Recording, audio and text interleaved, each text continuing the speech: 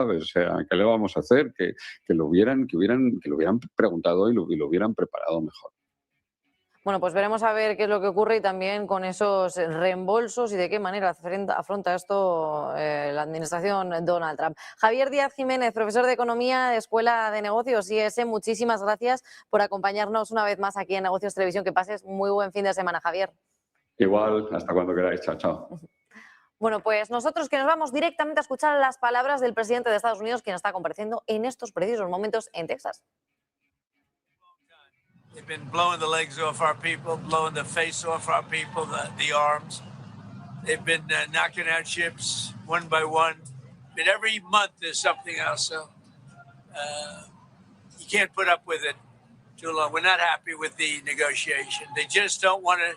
They don't want to say the key words. We're not going to have a nuclear weapon. They have to say we're not going to have a nuclear weapon, and they just can't quite get there. They want to enrich a little bit. You don't have to enrich when you have that much oil. So I'm not happy with the negotiation. I say no enrichment. Not 20%, 30%. They always want 20%, 30%. They want it for civilian, for civil. I think it's uncivil. So I'm not happy with it. Sir, how close are you to making a decision on strikes? How close are you to making a decision on strikes? I'd rather not tell you. You would have had the greatest scoop in history, right? Well, they're going. I mean, we're negotiating right now, but they're not getting to the right answer. And we're not going to see people. We're not going to see what's happened for 47 years keep going. 47 years we've been doing this with them. The Obama deal was the worst deal. Nobody ever saw a deal so stupid. Right now, if you did the Obama deal, if that held, if I didn't terminate it, Iran would have a nuclear weapon, and it would be a whole different ballgame. That Obama deal was one of the worst, one of the dumbest deals I've ever seen. First of all, it was very short term. It would long be over. You know that. Would be not. I terminated it, but if I didn't, it would be over by now anyway. But the Obama deal, what he did was one of the dumber deals. I've seen a lot of dumb deals. That would be one of the dumber.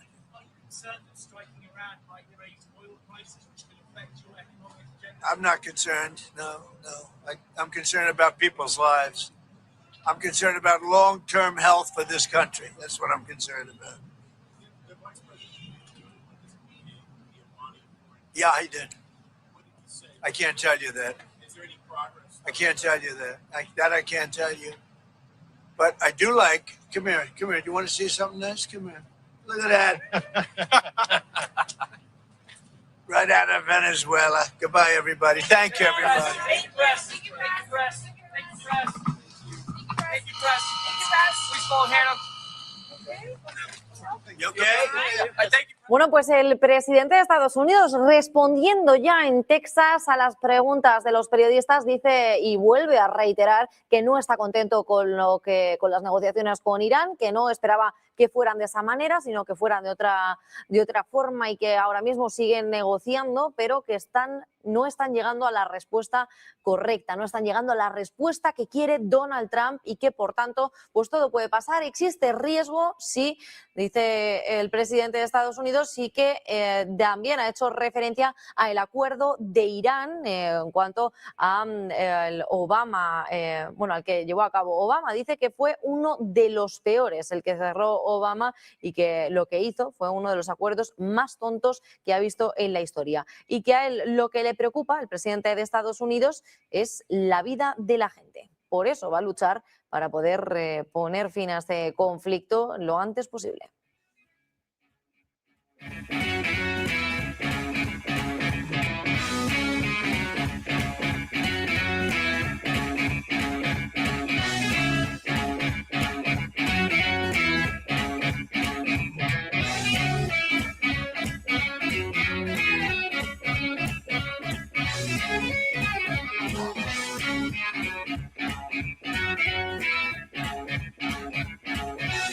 Bueno, pues a la espera de seguir escuchando al presidente de Estados Unidos, vamos a estar conexión directa a Texas. En cualquier momento puede hablar el presidente estadounidense y nosotros lo vamos a ver desde aquí, desde Negocios Televisión, porque, ojo, todo puede pasar, aunque Irán sí que está lanzando un mensaje que dice que, bueno, que pueden alcanzar un acuerdo y que puede que llegue ese momento de paz por parte de Estados Unidos. No está actuando de la misma manera. Dice que, bueno, que está muy descontento Donald Trump con las negociaciones que se están llevando a cabo y que a lo largo de este día van a seguir produciéndose mientras él está en Texas. El secretario de Estado de Estados Unidos, Marco Rubio, también ha anunciado una nueva declaración que está designando a Irán como un Estado patrocinador de detenciones injustas. Dice que si Irán no se detiene, se verán obligados a considerar medidas adicionales, incluyendo una posible restricción geográfica de los viajes al uso de pasaportes estadounidenses a través de o desde Irán. El régimen iraní debe dejar de tomar rehenes y liberar a todos los estadounidenses detenidos injustamente en Irán. Medidas que podrían poner fin a esta designación y a las acciones asociadas con el asunto. Marco Rubio ha instado a todos los ciudadanos estadounidenses que se encuentren actualmente en Irán a salir de inmediato, es decir, Estados Unidos se suma a esa larga lista de países, tanto Reino Unido, China, Italia, Alemania, que también han tomado medidas parecidas, diciendo e instando a los ciudadanos de esos países que salgan de inmediato de Irán. Ojo, porque este mensaje puede apuntar o puede despejar las dudas o, bueno, pues poner el foco todavía más a que Donald Trump no levante el dedo del gatillo. Esta designación que se produce en un contexto de alta tensión entre Washington y Teherán y que de momento pues es otro de los países que se suma a esta larga lista de países que ya instan a sus ciudadanos a salir inmediatamente de Irán, además de vuelos cancelados y diplomáticos saliendo actualmente del país de Irán.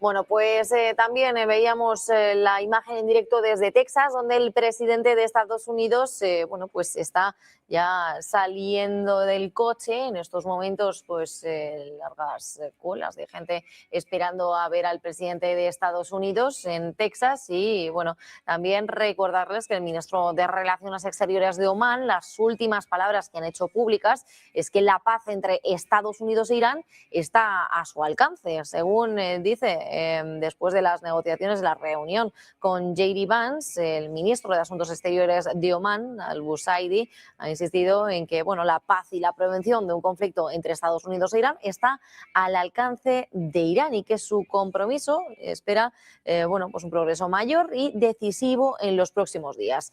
Más temprano también el presidente de Estados Unidos decía, antes de ese viaje a Texas, lo estábamos escuchando anteriormente en Maryland, expresaba ese descontento de la misma forma que lo ha hecho al llegar a Texas. Dice que Irán no está actuando de la forma en la que él quería, ni se están llegando a los acuerdos y a las negociaciones sobre ese programa nuclear, pero agregó que todavía no ha decidido si lanzaría un ataque contra el país o no. De momento, la puerta abierta la deja el presidente de Estados Unidos y que todo puede pasar a lo largo de este fin de semana, que no está contento con esa decisión que ha tomado Irán y que no ha escuchado en ningún momento la palabra de oro. La palabra de oro que dice Donald Trump se refiere a que no ha escuchado un no a las armas nucleares por parte de Irán. Trump ha reiterado esa recomendación a Irán de llegar a un acuerdo, ya que sería una decisión muy inteligente y, por tanto, muy tonta el no llegar al acuerdo con Estados Unidos. Además, señalaba que se esperan más conversaciones a lo largo del día de hoy y, bueno, también le preguntaban los periodistas sobre cambios en el régimen de Irán y el presidente estadounidense decía que Eso, bueno, pues es otra de las cartas que está puesta encima de la mesa. Eso podría suceder o no, pero tampoco ha querido mojarse demasiado el presidente estadounidense.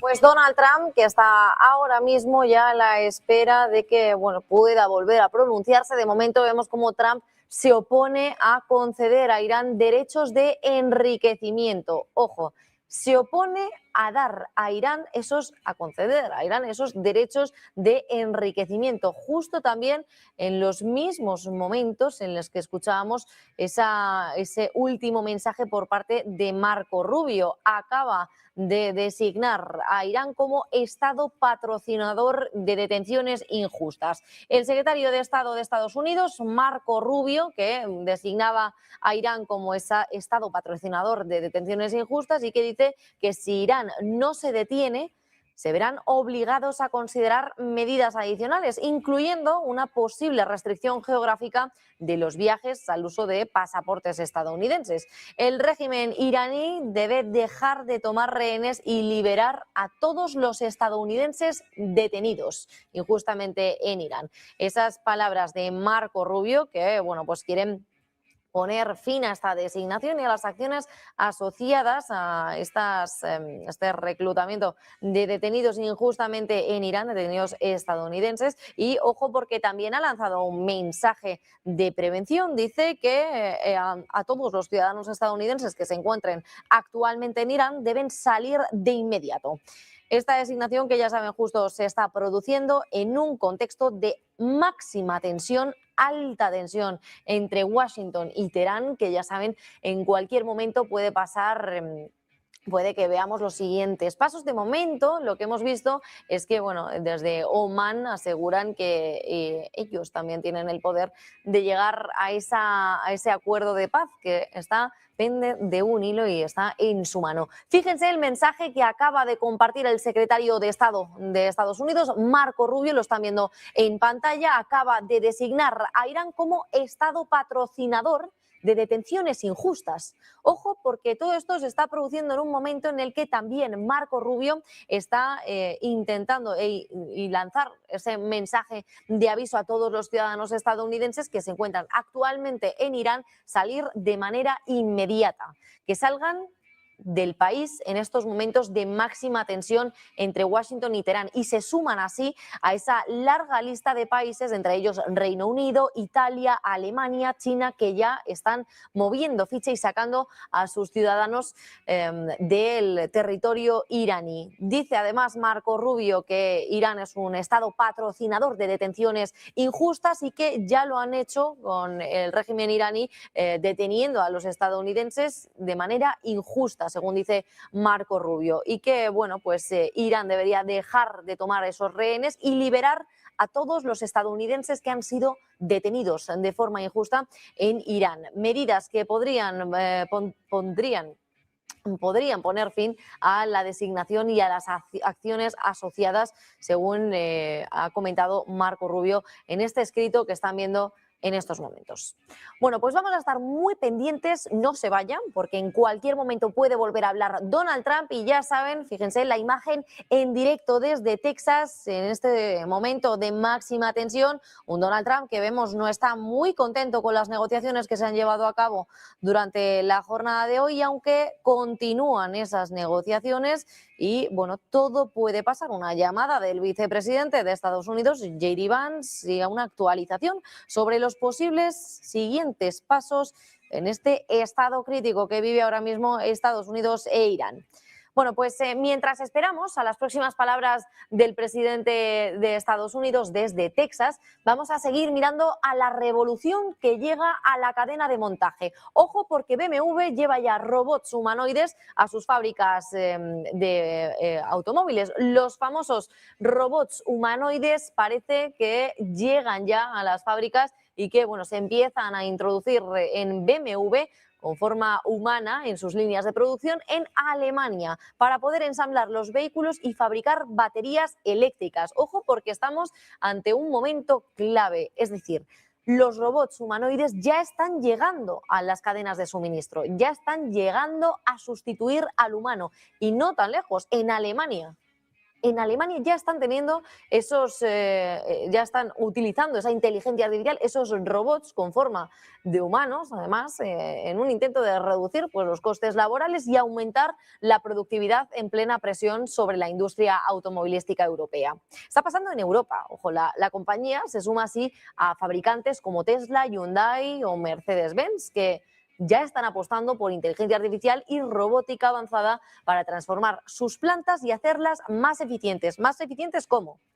Con robots humanoides. Ya están desplazados en las fábricas de Alemania. La revolución que llega a la cadena de montaje de BMW y que vemos como también en sus líneas de producción van a intentar ser más eficientes, se van a usar en ensamblaje y en fabricación de baterías eléctricas, buscan en todo momento reducir los costes laborales y aumentar la productividad.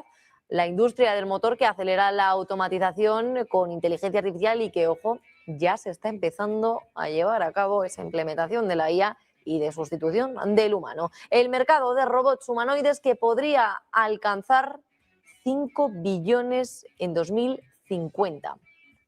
En 2050. Estamos en 2026. Veremos a ver qué es lo que ocurre, sobre todo con esta sustitución por parte de los robots humanoides en las cadenas de suministro y también de qué manera puede salpicar a otras empresas, ¿no? Y a otros sectores.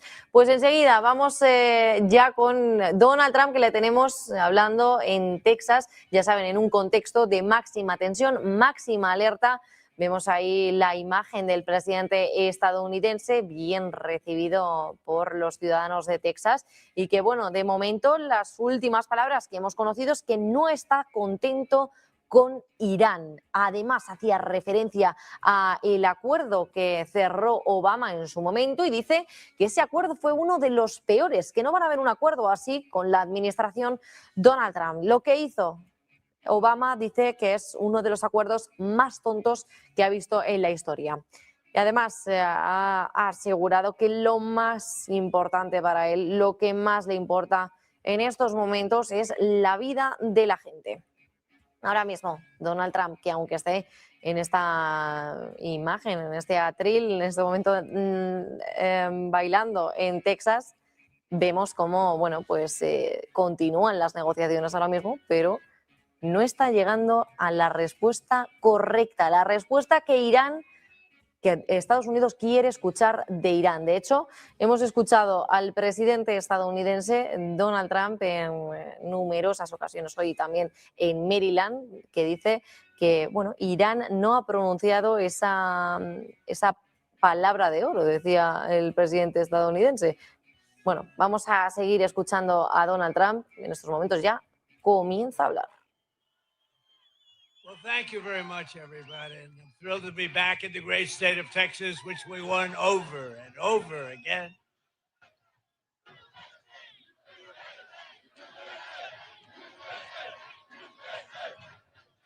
Thank you very much. The gleaming shores of the Gulf of America.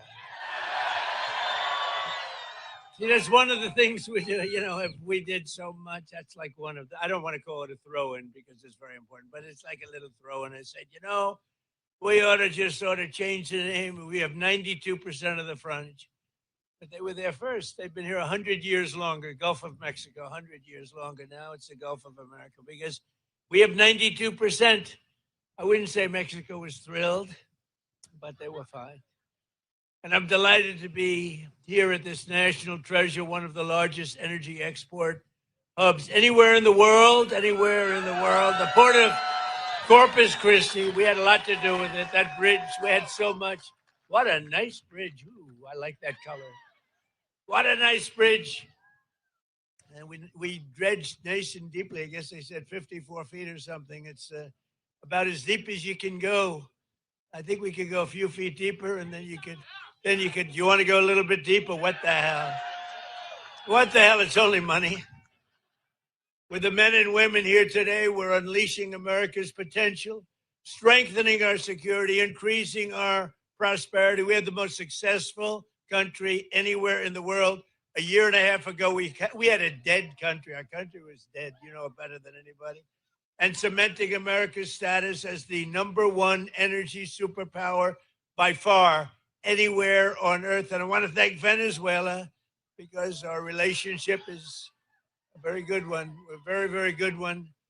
We're having a very good relationship. That ship is from Venezuela. For 4 long years before I took office, the Biden administration, Sleepy Joe Biden, one of the worst presidents in history, not one of the, I have to think the worst. How could you get, can you get worse? Somebody said, please don't be political today. Okay, but he's the worst president we've ever had. And its allies in Congress waged a radical left war on American oil and natural gas like you've never seen before. They were killing our country and killing your area right here. In fact, they say if I wanted, I could work. If I ran for the mayor of Corpus Christi, would I win? I think so. What the hell? I looked at your job stats. You have done very well with Trump. They killed the Keystone XL pipeline. This is the Biden group. Here's the good news. He had no idea what the hell was happening. But it was his administration of horrible people, horrible, radical left people. No, he used the auto pen very well. There's never been anybody in history that used an auto pen like that. Almost conclusively. He piled crippling regulations on producers and refiners, imposed natural gas export ban, and slashed new leases for drilling by 95%. That's Biden. Under their Green New scam, one of the greatest scams in history, gasoline reached a peak of over $6 a gallon in some states, fueling the worst inflation in the history of our country. We had the worst inflation in the history of our country. You've heard me say this before, the fake news sitting back there. They say Trump exaggerated. It wasn't in history. They say it was 48 years. Okay, we'll take that too. In a way, 48 years sounds even worse if you want to know the truth. But they tell me it's 48 years. It's not. I think it's the history of our country. But whether it's 48 years or the history of our country, they're both pretty bad. Do we agree? But all of that changed. My first day back in office, it all changed. Our country started coming back like never before. On day one, I declared a national energy emergency. I ended the Biden export ban, and I told our great Texas energy workers to very simply drill, baby, drill. Since my inauguration, U.S. oil production is now up by 600,000 barrels a day. Natural gas production is at an all-time record high by far. And today, right here in Corpus Christi, the price of gasoline is down to just less than, actually now, $2.30. I just left Iowa 2 weeks ago. $1.99, and then I passed another one, $1.85. It's happening. It's happening.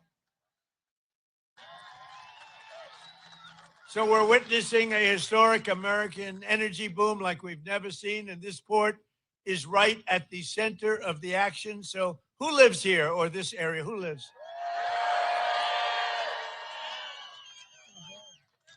A lot of happy people here. It's nice to be loved. It's nice to be loved. Thank you. Thank you. In my first term, I approved vital federal funding to deepen the channel and fully modernize the port of Corpus Christi.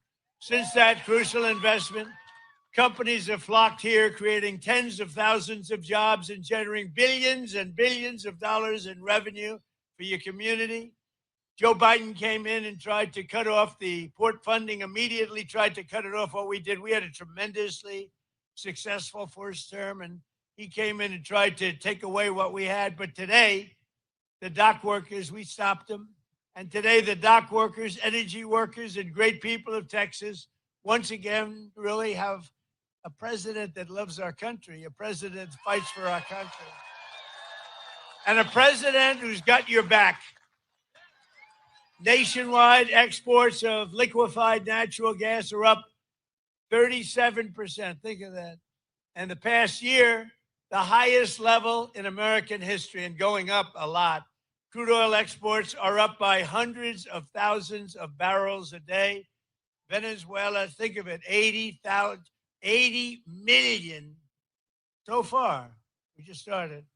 80 million barrels of fuel. Think 80 million barrels of oil.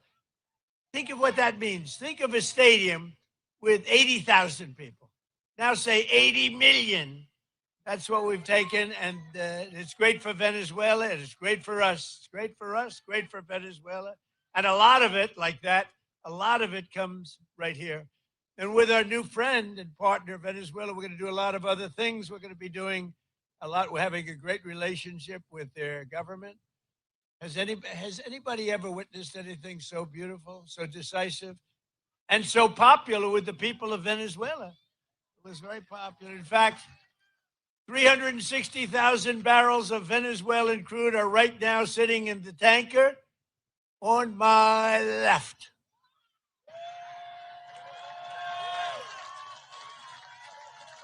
It's a nice one. So where the hell does that one come from? For the benefit of both our nations, we're going to refine their oil right here in America and right here in Texas, and then export it to all over the world. We're going to keep some for ourselves. We're going to give some to them, and they're going to make more money than they've ever made before. We'll help build their country again, which was a disaster. And we're going to build it up, and we're going to benefit also. And that's the way it's supposed to be, right? It's going to be great. One person who has witnessed our energy turnaround firsthand is Jesse Robinson. Jesse?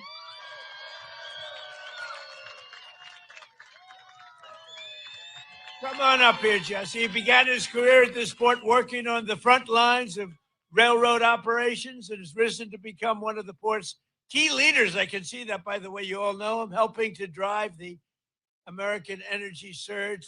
This is a surge like nobody's ever seen. Jesse, come on up and say a few words.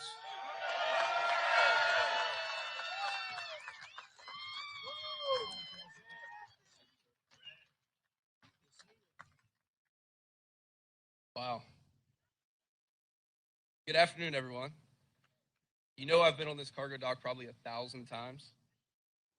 Bueno, pues el presidente de Estados Unidos, que está haciendo referencia al comportamiento de la economía estadounidense, dice que va viento en popa y que, bueno, que le preocupa, que no le preocupa para nada un ataque contra Irán. Lo que le preocupa es la vida de la gente. También el presidente de Estados Unidos ha hablado sobre el petróleo venezolano. Dice que que van a quedar con algo para ellos, para Estados Unidos, y que, bueno, que van a refinar el petróleo venezolano en Estados Unidos y van a exportar una parte. En total, 360.000 barriles de petróleo venezolano en un buque tanque, según ha promocionado el presidente de Estados Unidos. También la producción del petróleo y el gas natural. Y además que, bueno, pues está dando paso para poder hablar sobre el apoyo global por parte de los ciudadanos de Texas y también lo que representa de manera la oportunidad económica que lleguen estas decenas de miles de barriles, 360.000 barriles, 360.000 barriles de petróleo venezolano en un buque tanque, que Estados Unidos se va a quedar con parte de ello. Vamos a seguir escuchando.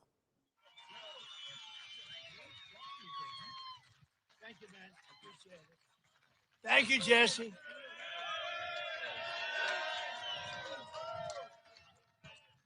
Thank you, Jesse. Great guy and great family and hard worker. All hard workers. I'm a hard worker. We're all hard workers. Slashing energy costs. Hey, by the way, how did you like the State of the Union the other night? That was good.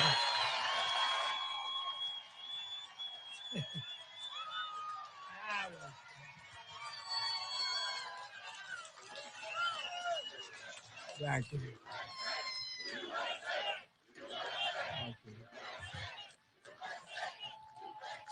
Thank you very much. That was fun. Did you see these people on my right, the way they just sat there? Some of them. How about Omar screaming like a lunatic? You looked at her bulging eyes. She's crazy. Get her the hell out of here. The Omar and her friend, and her little friend sitting next to her. Slashing energy costs is among the most important actions we can take to bring down prices for American consumers, because when you cut the cost of energy, you just cut the cost of energy. Everything follows. Look, you're in an industry, a business, whatever you want to call it, a profession in many cases. Everything follows energy. Now, AI, they build these big plants. They say, how do you make your money? Information. Somehow I like oil better. I'm sorry. I think oil. If I had my choice, I have to stick with oil. In 12 months, we've driven core inflation down to the lowest level in more than 5 years. And in the last 3 months of 2025, it's been down to 1 point inflation, 1.7%. Nobody thought that. So we went from the highest inflation ever to low inflation. Everything took place. I've been here 1 year. Think of it, 1 year, a little bit more than 1 year now. Time flies, time flies. Maybe we do one more term. Should we do one more term? Do one more term.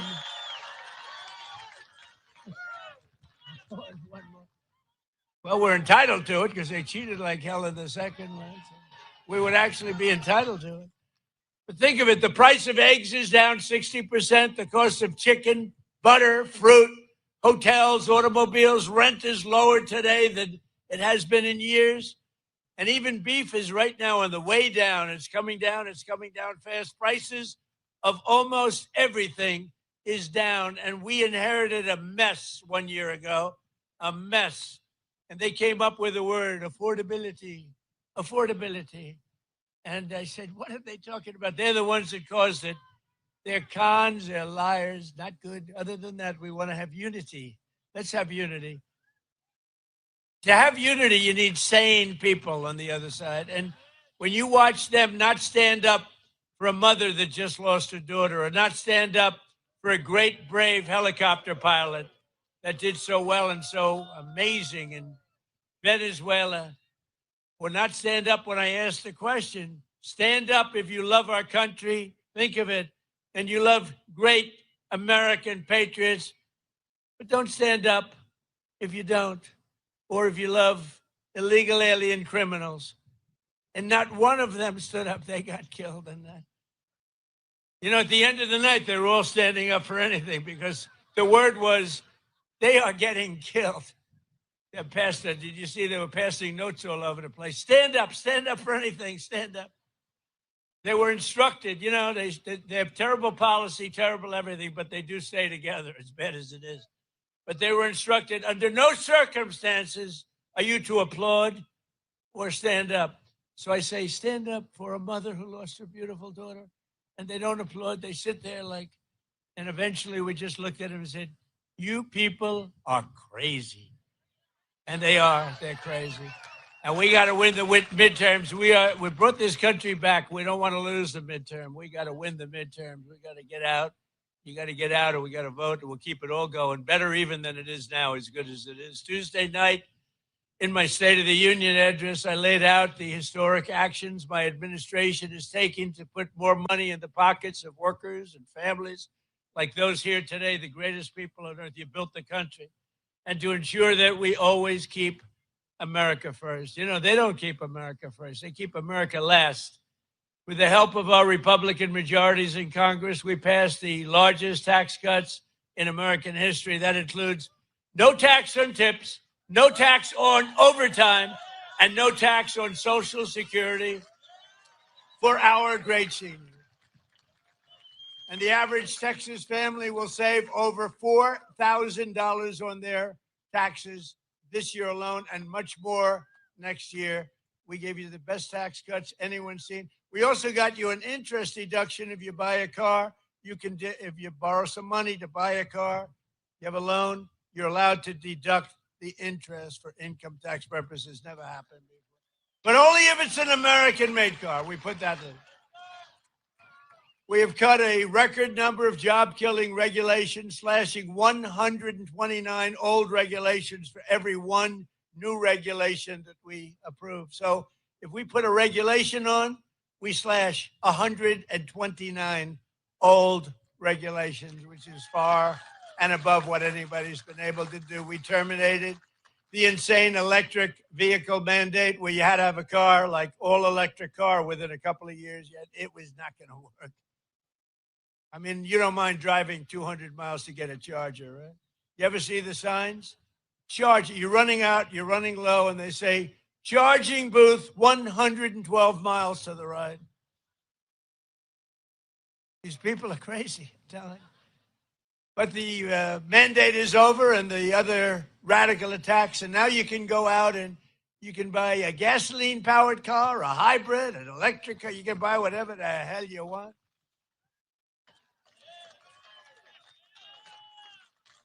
In 4 long years, the last administration got less than $1 trillion. So $1 trillion less, much less, of new investment came into the country. In less than 12 months, I secured commitments for more than 18 trillion. So think of it. For 4 years, think of it, what it does to a place like this. 4 years, much less than 1 trillion. Less than 1 year, more than $18 trillion. I would say that's the difference between making America great again and making America a major loser. A short time ago, we were a dead country. We were totally a dead country. The King of Saudi Arabia said it to me. I was over, they invested $2 trillion in our country.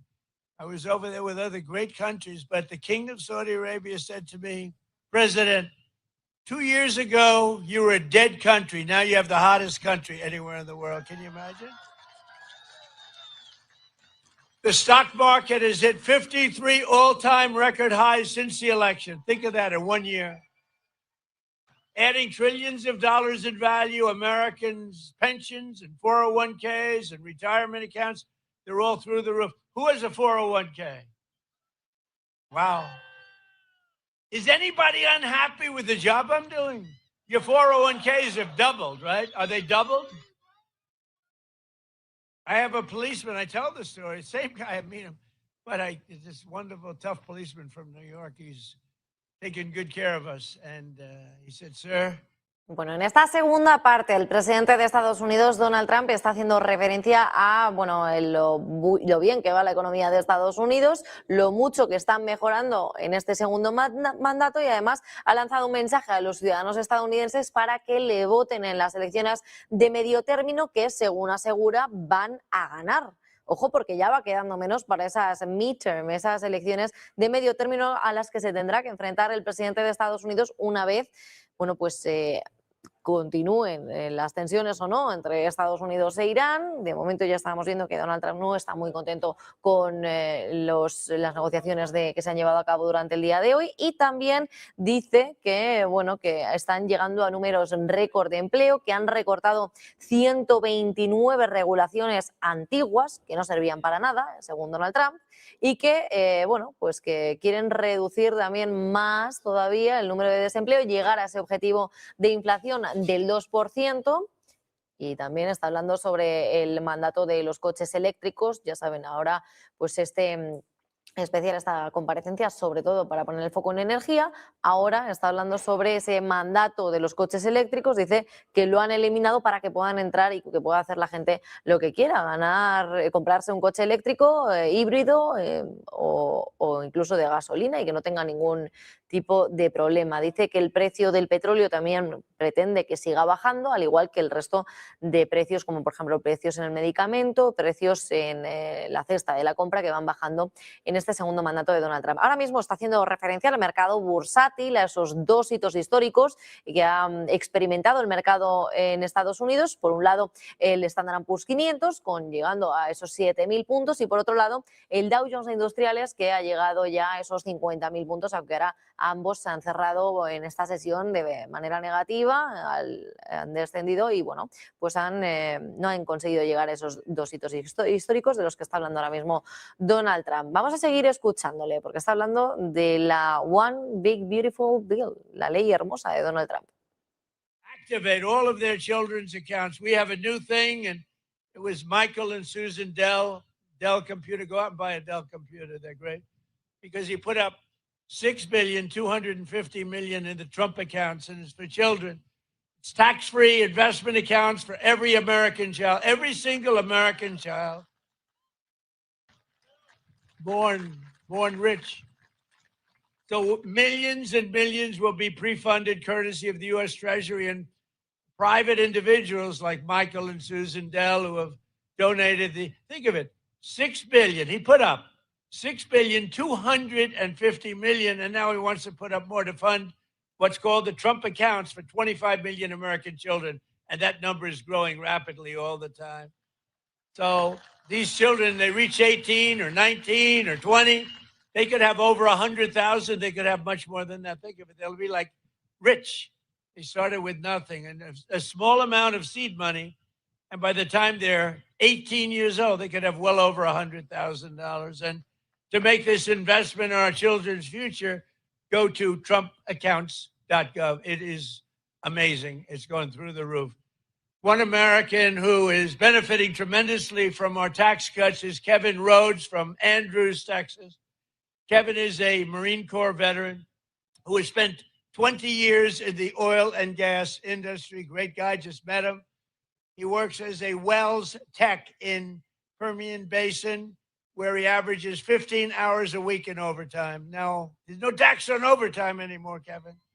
As a result, Kevin and his wife, Marcy, will take home more than $7,000 extra this year, thanks to no tax on overtime, with money that they are going to take. The two boys are on a road trip to Yellowstone National Park. Nice place where you can save the money or you could buy a house and do whatever the hell you want with it, right? But you know what? I'd like to have Kevin and Marcy come up. They're so happy.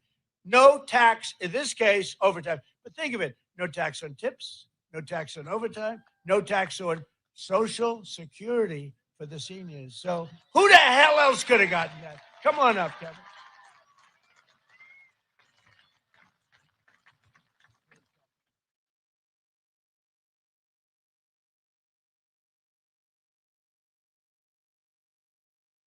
Thank you, Mr. President. It's a huge honor to be here in Corpus Christi, Texas, with everyone here. Thank you to Oil and Gas Workers Association also. I stand here as a Marine Corps veteran, with my wife, who is a small business owner. We own a small catering company. We are products of the oil and gas industry of West Texas. We send our oil here to Corpus Christi to send out across the world. With the legislation that has been passed with a no tax on overtime, we were able to buy a commercial refrigerator for our business. And then, like Mr. President said, we're going to take our kids on a trip to Yellowstone and Grand Teton.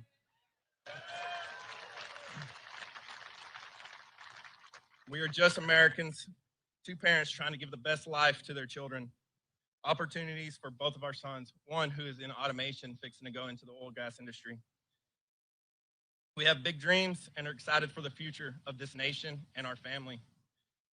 We are grateful that God has given us a president like Mr. Trump that allows us to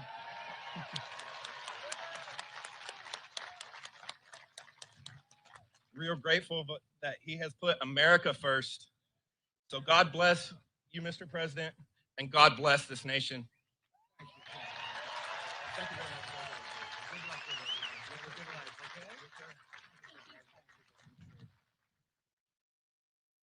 That's great. Thank you very much, both.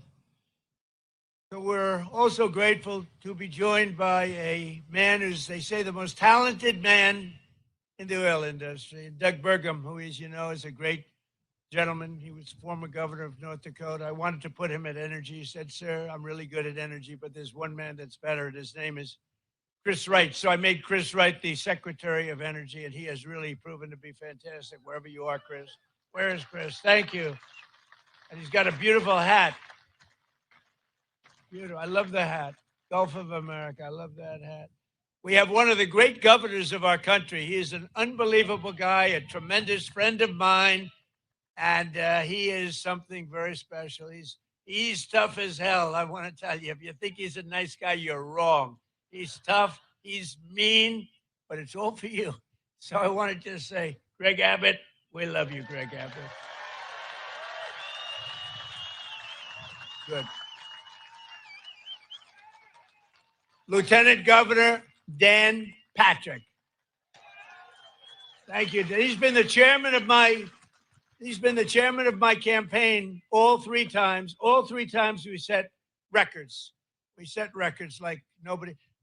Okay, I don't want to brag, but in the history of Texas, I have, correct, Governor, I have by far the largest number of votes ever gotten, and it was the highest, then the highest again, and we just topped it big in the last election. So we have the highest ever gotten by a lot, by millions of votes. I think I got to move here fast. I'll stay in Washington for a little while. We'll stay in Washington for a little while longer. So thank you very much. And we have a great Attorney General, Ken Paxton. Where's Ken? Hi, Ken. Hi, Ken. And we have a great Senator, John Cornyn. Hi, John. Bueno, pues ahora haciendo un repaso sobre los gobernadores en Estados Unidos, también está diciendo que bueno, Chris Wright es uno de los mejores que tiene en la administración Donald Trump, el secretario de Energía, Chris Wright, que dice que es una gran persona. Además, el presidente de Estados Unidos, recordemos que lo que ha estado diciendo y sobre todo haciendo hincapié en esas elecciones de medio término, las midterm a las que se enfrenta el presidente Donald Trump, y es que bueno, pues dice que deberían tener un mandato más y que tienen derecho a ello porque no hicieron trampas descomunales como la oposición. Además dice que quieren unidad, que quieren tener esa unidad y que para tener unidad se necesita gente sensata al otro lado del Atlántico, del otro lado, en la oposición. Vamos a escuchar ahora mismo que está hablando sobre esos aranceles, el Tribunal Supremo, el fallo de los aranceles de Donald Trump, que bueno, pues ahora ya se han dado por ilegales. Vamos a escuchar.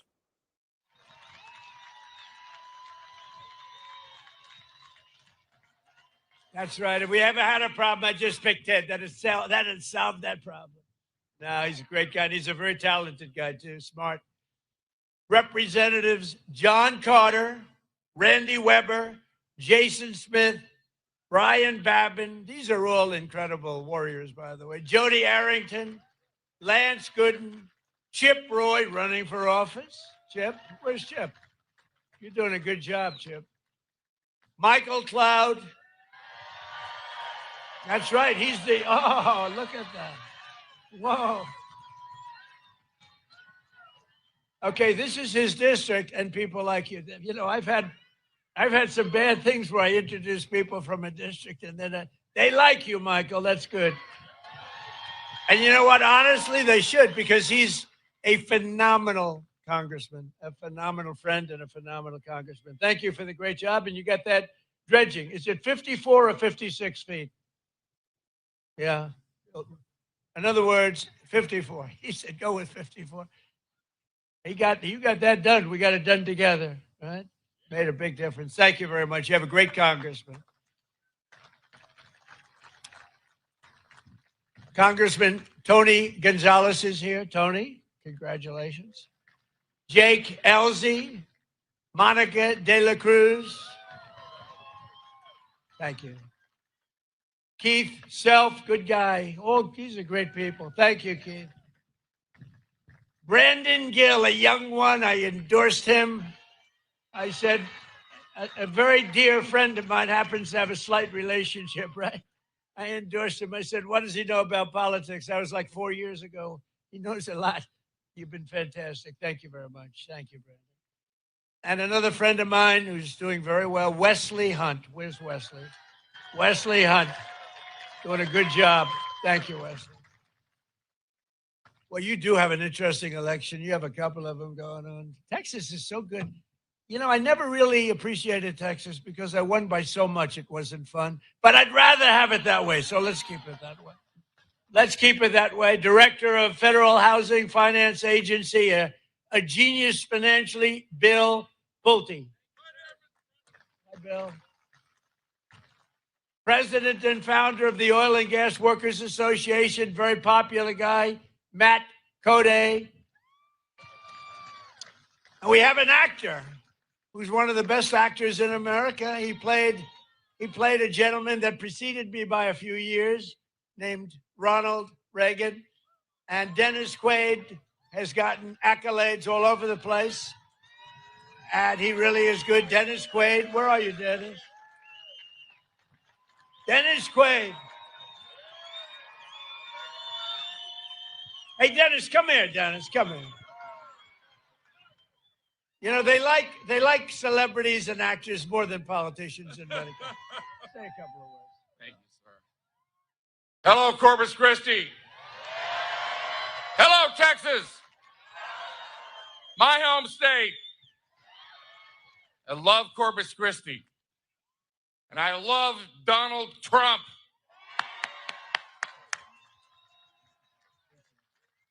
Thank you, Dennis. Did a great job. Thank you, Dennis. Got a new movie coming out, by the way. Thanks as well to several great Texas patriots. Jessica Steinman, who's doing unbelievably well. Where's Jessica? You're around here someplace. Thank you, Jessica. Alex Mailer. Alex, thank you. Thank you, Alex. Chris Gabber. Thank you, Chris. Mark Teixeira. Yake, are you the great Mark? He could throw that ball. We need you. We need you desperately. And I hear you doing very well. I endorsed all of these people, by the way. And I hear you doing very well. I'll tell you what, that's the end of the Democrats' chances of winning the game. When you have a top major league player in your team, they're in deep trouble. That's good. We're rooting for you, big. I'm a big fan too. What a great baseball player you were. Thank you very much. Thanks, Mark. Jace Yarbrough. Jace, thank you very much, Jace. Good job. They're all leading. John Bonk. They're all leading in the polls, every one of them. And I want to call up 3 people that are running, and we don't even have the polls yet, but they're, I think, doing well. When we endorse people, I take it seriously, but these people we endorse, and just run on up here real fast. Carlos De La Cruz, Webb County Judge Tano Tijerina. Tijerina, come on up. And former Assistant Attorney Eric Flores are all running, and I think they're doing great. Say a couple of words.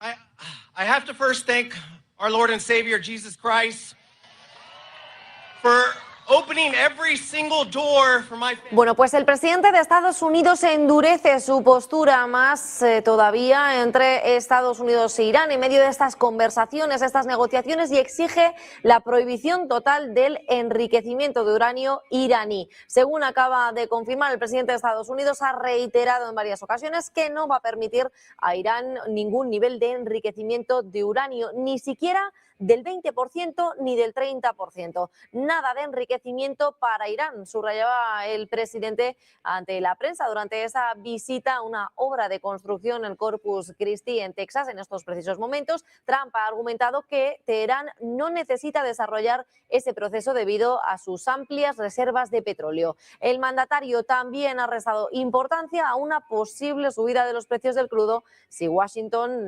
decidiera atacar a Irán, dejando la puerta abierta abierta a cualquier posible ataque, cualquier posible movimiento por parte de la administración Donald Trump en caso de que fracasen las negociaciones sobre su programa nuclear. Y en relación con el diálogo entre ambos países, criticó a Teherán por no haber aceptado lo que ha calificado como la solución correcta. No la ha visto el presidente de Estados Unidos y ha asegurado que lo único que debe hacer es comportarse y comprometerse a no fabricar un arma nuclear, algo que, según ha afirmado, se ha negado a garantizar hasta ahora y que por tanto el presidente de Estados Unidos no está nada contento con las negociaciones que se han producido durante el día de hoy. The United States Army am locked up some of the worst of the worst. I believe in strength, never backing down and staying focused on the mission. That is the kind of leadership that you have brought back to America, and that's the leadership that I will bring to D.C. to fight for Texas 34 and always have your back, Mr. President.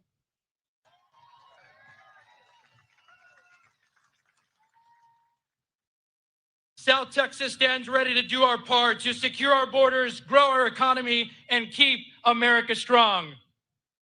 Thank you for being here, Mr. President, in Corpus Christi. Thank you for your endorsement and for your trust.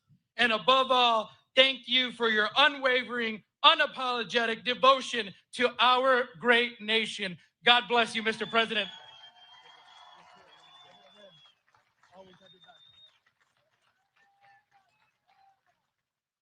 Good guys. They're all, I hear, doing really well. We haven't seen the polls, but they're all winning. Everybody I named is winning. But every day, and you know, it's interesting, the governor called me after the last election. He said, you know, you did something no Republican has ever done.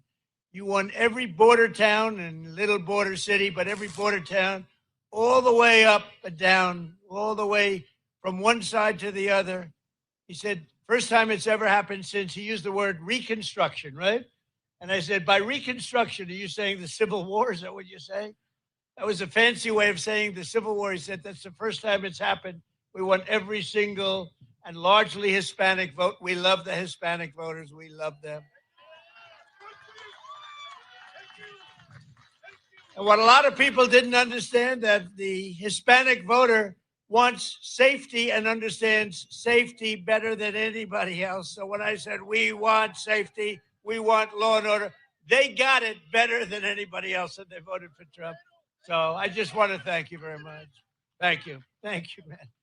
Every day under the Trump administration, we're taking on the corruption and fraud that drives up your cost of living, and we're defending the honest, hardworking citizens of our country like you. Under the most favored nation agreements for drug prices, we're slashing drug prices at record levels like never seen before, with price differences of 400, 500, even 600%. I went to other countries. I said, no way. You know, we were paying the highest prices in the entire world by far, and now we're paying the lowest price. It's numbers that have come down for decades. Think of it. For decades, Americans have paid the highest drug prices. Nobody's ever paid more. We would pay sometimes 8, 10, 12 times more than places in Europe and other countries. But from now on, because of what I did, we're going to be paying the lowest price. It's called favored nations, most favored nations. So these incredible price reductions are available right now. And I didn't name this, but somebody did. They thought it was good. I said, whatever sells. TrumpRx.gov, TrumpRx. And you'll see numbers. You'll see numbers where, and I tell the story of a friend of mine, very smart, very heavy guy, I'm trying to be nice, never use the word fat, very heavy, slightly obese, but he takes the fat drug and it didn't work. But he's a very brilliant guy. He's highly neurotic, very brilliant, very smart, rich. He calls me, he was in London. He called me, he said, you know, he takes the fat drug, one of the many fat drugs. And he says, in New York, I pay $1,300. And in London, I'm paying $87. What the hell is going on? So he checked it. He's a man of means, same plant, same factory, same manufacturer, shipped over to London, and it's a tiny fraction. He said, what is it? And I said, well, that started years ago, and nobody's been able to do anything about it, but I'm working on it hard. I got it done. And I got it done by saying very simply to the other countries, if you're not going to do it, we're going to charge you a massive tariff that's many times more, because they had to approve it. The drug companies approved it, the countries approved it, and now you'll have a pill that would sell for $1, but in New York would sell for $13. And now that pill is selling in London for $2 or $3, and it's selling in New York for $2 or $3. Came all the way down. And I said, that alone, Governor, that alone should win us the midterms. Ted, that alone should win us the midterms. That is the single biggest thing to happen. It's a revolution in prescription drugs. Your prices are going down 80%, 85%, 70%, numbers that nobody ever saw. You know, in my first term, I had a year, my third year, where I got it down 0.25%. Think of it, 1/4. I was so proud of myself, I called a news conference immediately. I announced that I got, because nobody in 28 years had gotten drug prices down, I got them down from the beginning of the year to the end, 0.25%. I thought it was great, because nobody else had done it for 28 years. Now I've got them down 80%, 85%, 75, 55. And that should really do it. And other presidents have tried, and they were unable to get it. They were unable to get the other countries to do it. They were unable to get the drug companies. Everything's done. Everything is signed up. You know that Ted and John and everybody, everything is signed up, done. And there it is. I mean, it's amazing. Now it's just taking hold. When it was done, a major paper, it's the single biggest thing in years in medicine. A major paper put it on page 22 of the newspaper. So we have to explain it. It's the biggest thing. It's the greatest thing, one of the great things. And that also has to do with bringing your health care way down. And since the passage of the Unaffordable Care Act, which is Obamacare, did you ever hear of Barack Hussein Obama? Barack Hussein. Who likes Barack Hussein Obama? Who doesn't like him? I've heard worse, honestly. I've heard less popular people than that. Big insurance companies have gotten rich with our government, giving them hundreds of billions of dollars as their stock prices soared, because Obamacare was good. It's rotten health insurance. Good for one reason, the insurance companies. The insurance companies made a fortune. The insurance companies own Democrats. They own them. So the Democrats never want to do anything good for us. They want to do it for the insurance companies. That's why Obamacare is terrible, and it's way too expensive. So that's why in introducing we call it the Great Healthcare Plan, I want to stop all payments to big insurance companies, and all money, billions and billions of dollars, goes directly to the people so that you can buy your own health care, which is better and much less expensive than Obamacare. Right? You like that, Dan? Dan Patrick likes it. If Dan Patrick likes it, I like. How good a chairman was Dan Patrick, right? He's undefeated as chairman, right there. As I announced on Tuesday, under our new ratepayer protection pledge, we're also telling the big tech companies that energy usage, AI data centers cannot drive up price in community, electric prices in communities. They have an obligation to pay that. We have told them, you got to build your own power plant. You can't take it. You got to build it. And actually, we're doing them a favor, because they never thought they'd have it so good. Because our grid, which is very old and broken, tired, and doesn't have great capacity, cannot sustain the kind of numbers that you're draining out of it. So I gave them the right, and now it's mandatory. I made it mandatory, where they have to build their own electric power plant, so they're no longer taking out of the community. And any excess they give back into the grid. So the grid is actually going to be enhanced as opposed to hurt. They wouldn't have been able. We're leading China. We're leading everybody right now in AI. And the reason we're doing it is because they're building their own plant. Otherwise, we couldn't build much at all. And so I just want you to know, as you see these massive plants, they're building their own power plant. They're becoming essentially their own utility. We're expanding the dream of home ownership to millions of Americans. And after I directed the purchase of $200 billion in mortgage bonds, that's $200 billion in mortgage bonds. Mortgage rates just fell substantially lower than 6% for the first time in 5 years. The annual cost of a typical new mortgage is now down almost $5,000 in 1 year. Think of that. And I have a lousy guy in the Fed. Terrible. Jerome, too late. You know what? He's too late. You know why we call him too late? He's too late in reducing mortgage interest rates or interest rates. He's not doing too good. But fortunately, he's going to be out of there soon. But even despite him, you know, did you ever hear you got a little wall, an obstacle, you power through, we power through the wall. He's a wall that we just power through. In the past 12 months, we've helped over 50,000 first-time home buyers in Texas get the house of their dreams. And we've really created the American dream. By the way, our country right now, this is the golden age of America. We're in the golden age. This is the beginning. This is the beginning of the golden age. They're going to be reading about this in 100 years. We are in the golden age of America. We got to keep it going. Got to win the midterms. We got to keep it going. Last month, I signed an executive order to ban large Wall Street investment firms from buying large numbers of family homes, single-family homes. No, you'd have these firms go out and buy 2,000 houses. We don't want it. We want you to buy the houses, not them. We're also fighting to pass the Save America Act by all kinds. The Golden Age, la edad de era para Estados Unidos, dice el presidente Donald Trump. Bueno, pues ojo porque el Pentágono ya ha tomado una decisión sobre el asunto con Anthropic. Prohíbe a los contratistas militares trabajar con la compañía, con Anthropic y con la inteligencia artificial, con Cloud. Que, por cierto, Pete Hegseth en este comunicado, en este mensaje que ha hecho a través de la red social X, ha instruido al Departamento de Guerra a designar a Anthropic como un riesgo para la cadena de suministro y la seguridad nacional con efecto inmediato. Dice que ningún contratista, proveedor o socio que haga negocios con las Fuerzas Armadas de Estados Unidos, ojo, no podrá hacer ningún tipo de negocio ni realizar ningún tipo de actividad comercial con la compañía de Anthropic. Vamos a repasar ese mensaje palabra a palabra del secretario de Guerra, Pete Hegseth. Dice que esta semana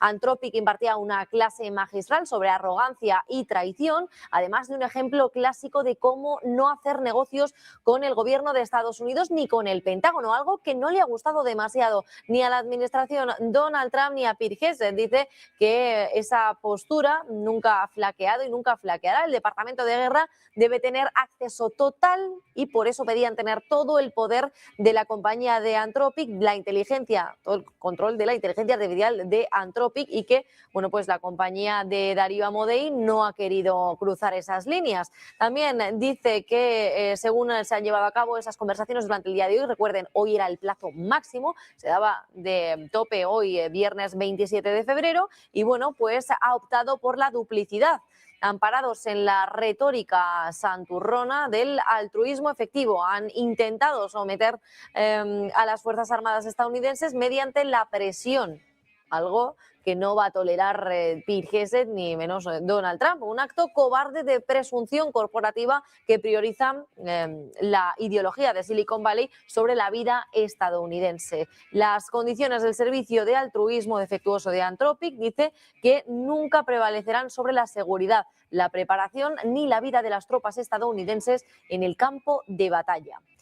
Pete Hegseth continúa diciendo que su verdadero objetivo es inequívoco, que es obtener poder de veto sobre las decisiones operativas de las Fuerzas Armadas estadounidenses. Y dice que eso en todo momento es inaceptable y que el gobierno de Donald Trump no lo va a aceptar. Como ha declarado el presidente de Estados Unidos anteriormente de comparecer en Texas, en ese Truth Social, decía el presidente Donald Trump que solo el comandante en jefe y el pueblo estadounidenses podrán determinar el destino de las Fuerzas Armadas, no ejecutivos tecnológicos como, por ejemplo, Anthropic. La postura de la compañía es fundamentalmente incompatible con los principios estadounidenses, por tanto, Su relación con las Fuerzas Armadas de los Estados Unidos y el gobierno federal ha cambiado para siempre. No tiene efecto retroactivo, según dice el secretario de Guerra, Pete Hegseth. En conjunción con la directiva del presidente para que el gobierno federal cese el uso de la tecnología de Anthropic, instruyó dice Pete Hegseth, que instruye al Departamento de Guerra a designar Anthropic como un riesgo total para la cadena de suministro y la seguridad nacional, con efecto inmediato, es decir, a partir de ya. Anthropic queda fuera del Pentágono y que también, por tanto, cualquier persona que haga uso de esta inteligencia artificial, sobre todo dentro de la cadena de suministro y la seguridad nacional, pues estará en riesgo y que podrán incluso poner sanciones. Además, dice que ningún contratista, proveedor o socio que haga negocios con las Fuerzas Armadas de Estados Unidos podrá realizar ninguna actividad comercial de ningún tipo con Anthropic, con la empresa de Darío Amodei. Ahora mismo dice que los combatientes estadounidenses nunca serán rehenes de los caprichos ideológicos de las grandes tecnológicas y que esto ya se ha dado por cerrado y es una decisión definitiva que toman por parte del Pentágono, que bueno, ya prohíbe a los contratistas militares trabajar con la compañía y pues poner ese veto a Anthropic por el riesgo de la seguridad nacional de Estados Unidos. Nos vamos ahora sí a Texas a seguir escuchando al presidente Donald Trump. To our country through your southern border illegal. And remember when Biden said, well, for that we need legislation. I said, no, you need a new president. And I was right. I didn't get legislation. I said to Paul Perez, close your border, Paul. Close it. Where's Paul? Is he here? Where the hell is Paul? He's the greatest. That guy is great. I'd have him come up and speak, but he's such a good speaker that I don't like that.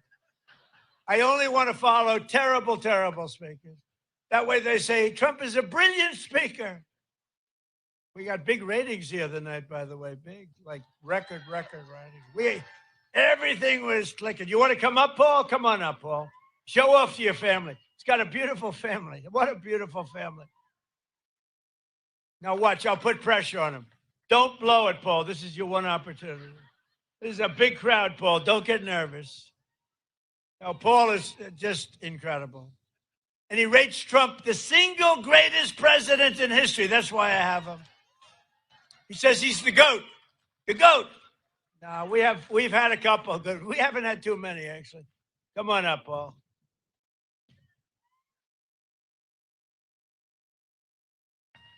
Thank you, President Trump.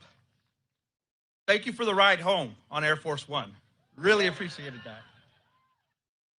I am the president of the National Border Patrol Council, and I can tell you without a doubt, President Trump is the only president that backed up every campaign promise he made when it came to the border and everything else.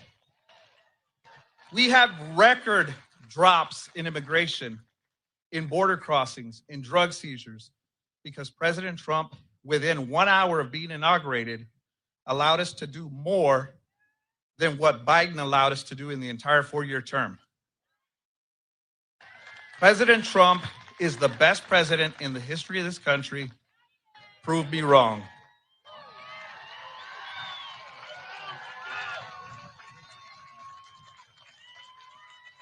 He does a great job. He does a great job. The whole group, ICE, Border Patrol, law enforcement. By the way, our great firemen, how about that? You know, one of the things, and we're sort of, we can just talk today, work together. One of the things that I'm most proud of, if you go back 2 years, 3 years, and 4 years under the last administration, we had the worst recruitment for our military in the history of our country. Nobody wanted to be a soldier. They didn't want Army, Air Force, Navy. They didn't want the Marines. They didn't want even beautiful Space Force or Coast Guard. They didn't want to be in the police. They didn't want to be in the fire departments. They didn't want to be anywhere. They didn't want anything with a uniform because it represented our country. Since then, and it started really with November 5th, which was the election, but since November 5th, we have the highest record of recruitment in the history of our country. Think of that. And that includes ICE and Border Patrol. And I want to thank Paul because that group of people does a great job. Think of it. I guess it's 9 months now, registered zero. Now, I don't even believe it could possibly be that low because millions of people, but it's pretty close to zero. And they say it's zero. If they say it's zero, it has to be. They're Democrats that do it, so they're not going to give me any benefits. Just over 1 year ago, we inherited a total disaster. 4 years now, think of it. 4 years, we had ruinous inflation, economic surrender. We surrendered to the whole world. A border invasion, rampant crime and chaos. All over the world, they laughed at us. But today, we have ended that disaster and achieved a turnaround for the ages. Nobody's ever seen it like this. Nobody has ever seen a 1 year turnaround like we had. Think of it. We were a laughing stock 1.5 years ago, and now we're hot. We're hot.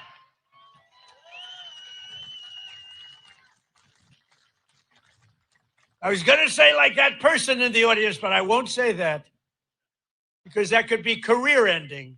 So I don't do that. We're hot. Our country is the hottest country in the world. America is back. Our economy is roaring and our country is strong and we're respected again. They're respecting us again. China respects us. Russia respects us. They all respect, and they respect your president. They respect, and I respect them. Got a lot of things going on. Now we have a big decision to make. You know that. Not easy. Not easy. We have a very big decision to make. We have a country that's been, for 47 years, blowing people's legs off, arms off, the face. They've been knocking out ships, killing people, lots of people, not only Americans, lots of people. It's been terrible. 32,000 people killed over the last 2-3 months, protesters. 32,000. That's some number of people. 32,000. They want to make a deal, but got to make a deal that's meaningful. I spoke with Ted Cruz, John, all of them. On the way here, I said, well, you got to make a deal that's meaningful. We hit them real hard, as you know, with those beautiful B-2 bombers. Recently knocked out their nuclear capability. But I'd rather do it the peaceful way, but they're very difficult people. I want to tell you that. They're very dangerous people, very difficult people. With the help of proud Texans like you and people we have today, and I want to just thank you because it is true. We have had voting in Texas. They say, sir, you don't have to go to Texas. You're leading by a lot. I said, I want to go to Texas. You know? I want to go to Texas. I love Texas. I love Texas. It just represents something special. It's success. It's great, incredible people. But they said, see, you don't have to go there. I'm telling you, sir. You're wasting your time, sir. You don't need it. I said, I'm going to Texas. I don't give a damn if I'm wasting it. But we're going to keep on working and we'll keep on fighting. Texas will keep on drilling. Corpus Christi will keep on shipping. And the United States of America will keep on winning, winning, winning like we've never won before. And together we will make our country richer and stronger and safer and prouder and freer and greater than ever before. And I just want to tell everybody here, I appreciate everything you've done for me. And I've done a lot for you too. But I love you all very much. And thank you, Corpus Christi. Thank you very much. Thank you, Texas.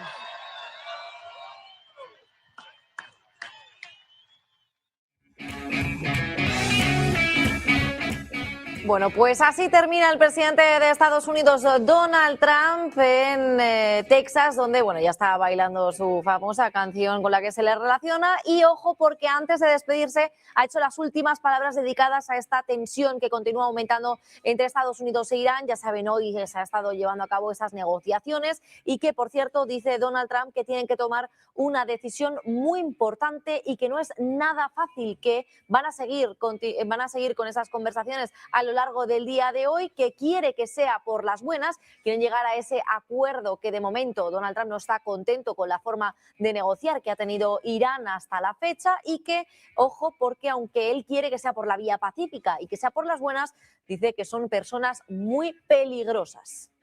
Bueno, pues ahí vemos a un Donald Trump que ya se despide de los ciudadanos de Texas en un momento en el que, bueno, pues ha estado repasando y haciendo un repaso sobre todo lo que ha conseguido en este segundo mandato. Donald Trump ya bailando en estos momentos se despide y nosotros también. Que pasen muy buena noche y buen negocio. Nos vemos el lunes con más información. Bueno, mañana también con el informativo con Sergio Fernández. No se lo pierdan. Descansen hasta el lunes.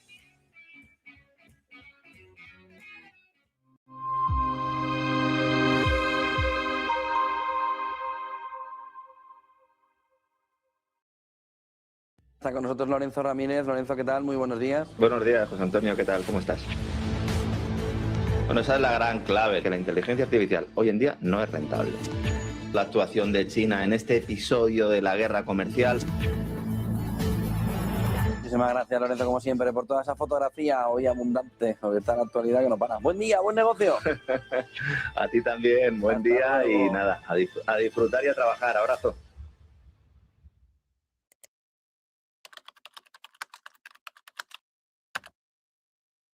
Buenos días, 8 de la mañana es la figura de Charlie. Buenos días, 8 de la mañana. Dicen que al oro le han bajado a la tierra después de la jornada de ayer.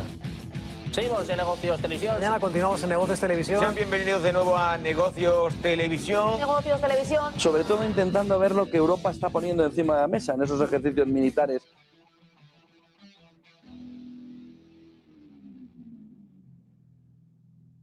Chat control, votación, minuto y resultado. 12 Estados miembros de Europa están a favor de implementar ya el gran hermano sobre todo lo que escribas y todo lo que compartas. 8 Estados miembros en contra, 7 indecisos. En lo que ahora mismo es la gran partida alrededor de ese chat control que va a marcar gran parte del camino, ¿no? Alrededor de cómo la Unión Europea puede o podría, si esto se aprobara y no quedar parado como sucedió en el 24, lo vuelve a traer en el 25 hasta que salga, la Unión Europea podría inspeccionar todas tus fotos y todos tus mensajes privados. Esa propuesta de chat control obligaría a la inspección de todas las comunicaciones digitales privadas, incluyendo mensajes cifrados y fotos.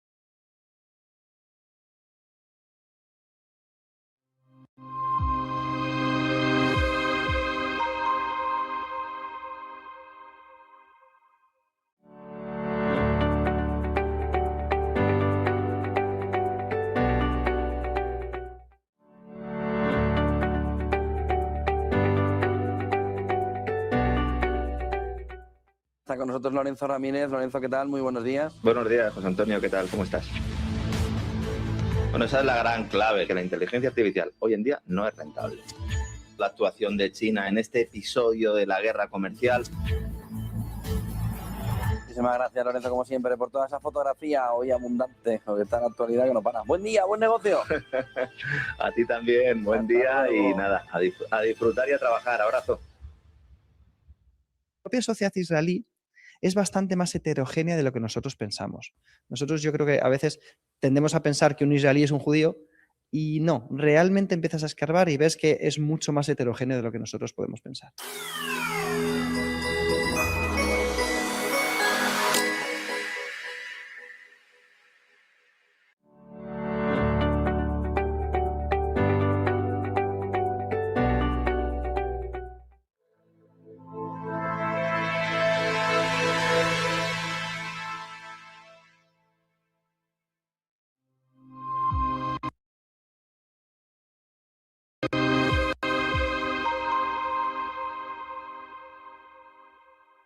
La propia sociedad israelí es heterogénea de lo que nosotros pensamos. Nosotros yo creo que a veces tendemos a pensar que un israelí es un judío y no, realmente empiezas a escarbar y ves que es mucho más heterogéneo de lo que nosotros podemos pensar.